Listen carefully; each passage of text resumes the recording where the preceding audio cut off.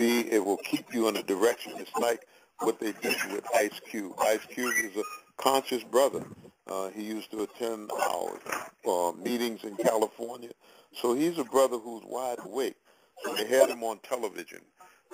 This was about, I guess, maybe 3 to 4 months ago.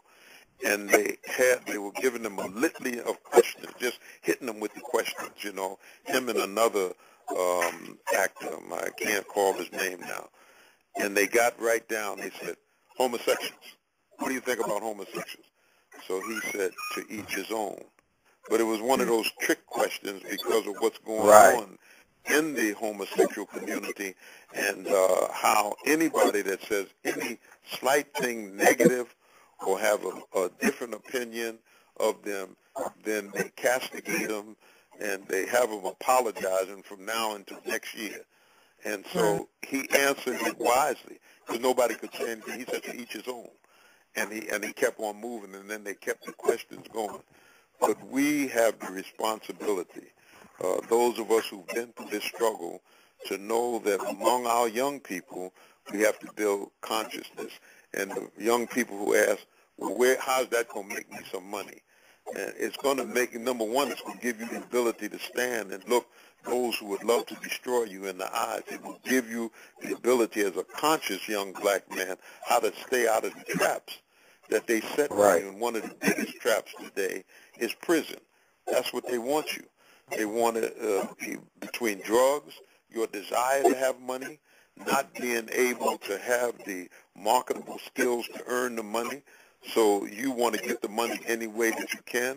And then in the kind of society that we live in, where your prestige comes from the kind of money you control, your influence, your dress, and all of that, your fame and notoriety, then you do things in order to get that because you think that that makes the man or that makes the woman.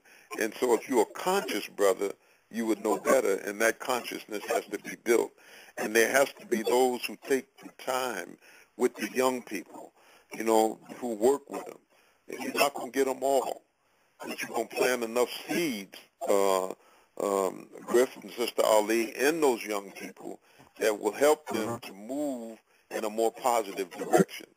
And Griff, Allah has blessed you to be able to do it. I told an audience about you recently that if you come and sit and listen, you impact them. They may not get with you just as we do in the nation. They may not join the nation and come in, but what they heard will impact them. A young brother in Trinidad drove me around, and he had just joined the mosque, and he told me Minister Farrakhan came down there in 2012. And when the minister was in Trinidad, he spoke at a college and a public meeting, and that young brother was impacted by what the minister said, that he wanted to get involved so he could go after the young brothers in the street who are selling drugs and shooting people and breaking in houses and just crazy stuff. And he said that the minister brought him to a level of consciousness to see that he was destroying himself out there in that world. And when he came to himself under what the minister was saying, he turned his life around. So, and this is in 2 years. This is 2012. And so it shows you your work, this blog radio, the talk shows, it doesn't go in vain, because there's young men who want to do better in their life, and they need direction, they need information, they need understanding, they need to be able to be analytical stuff. They have to understand what critical thinking is. They have to understand the force of history in their life and the importance of knowing history. Some people think it's just facts and, you know, and so forth.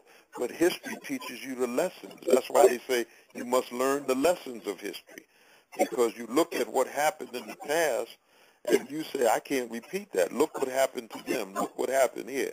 So it is very important in terms of your conscious building. So I want to encourage you to keep going, to keep it up. We of the older generation, we got a baton in our hand. And as our legs get a little weaker and we slow down, there's a young group. and we pass that baton on to them. You know, some of the brothers my age or a little younger than me, they think that you got to compete with the young brothers, but you don't compete with them. These are your brothers. Give them what you got and let them take it to the next level. And that's what we have to build across this country. Yes, sir. On the college campuses, Griff, very important group, because a lot of those brothers and sisters are lost. They're there, but they don't have a feel for what the next step in terms of the masses of our people. And when you live in a capitalist society that has to have jails and prisons and big armies in order to maintain the wealth for a few, then it becomes a challenge for those who are the underclass, those who are at the bottom, those who are the disenfranchised. You know, so we have to work with them. That's our job and our responsibility, because we were blessed to become conscious and to keep our head above the water and not be caught up in the madness of some of our young brothers. So I want to thank you for these minutes on here. Oh, give thanks, brother. I really appreciate you, man. I really appreciate you. We try to locate the address of Sister Precious's place so we can let the people know where you're going to be speaking and what you're speaking on. Where's the money? Yeah, where's the money? Very important, because everybody is going after it. And I really want to talk on it. When you look at Russia and this challenge that Barack has and what's going on with that, which is very important. When you look at Africa and the brothers in the Caribbean, what they're going through. And so where is the money to fuel wars and the money that we are spending in the economy? It's an important subject. So I hope that the brothers and sisters who are listening in ATL will join us that afternoon, and we'll talk about it. We're going to open the floors for suggestions and questions of how we can move this process. So if you get that address and the phone number, those who are listening, there is a phone number. I hope we have a phone number. It's 770-912-5157. You can call Sister Zuhaira. She will give you the address, tell you about the program, and any other information you need. It's 770-912-5157.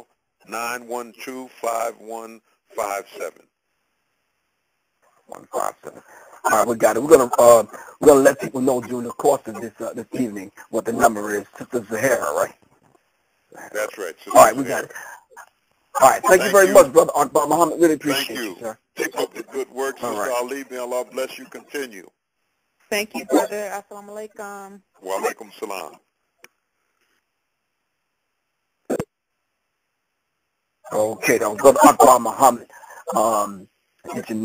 international assistant of Brother Minister Louis Islam. So once again, that phone number for Sister Zuhaira is 770-912-5157. As we break into this song, as we await our guest, Dr. Reverend Phil Valentine, we need everybody to sit tight, open your minds and open your hearts to receive what the brother has to say. He'll be on in a minute. But Zaza, if you can play a song real quick, let me find my good brother. I'm really trying to check out this Walter Rodney because we invoke his name every week. All right? All right.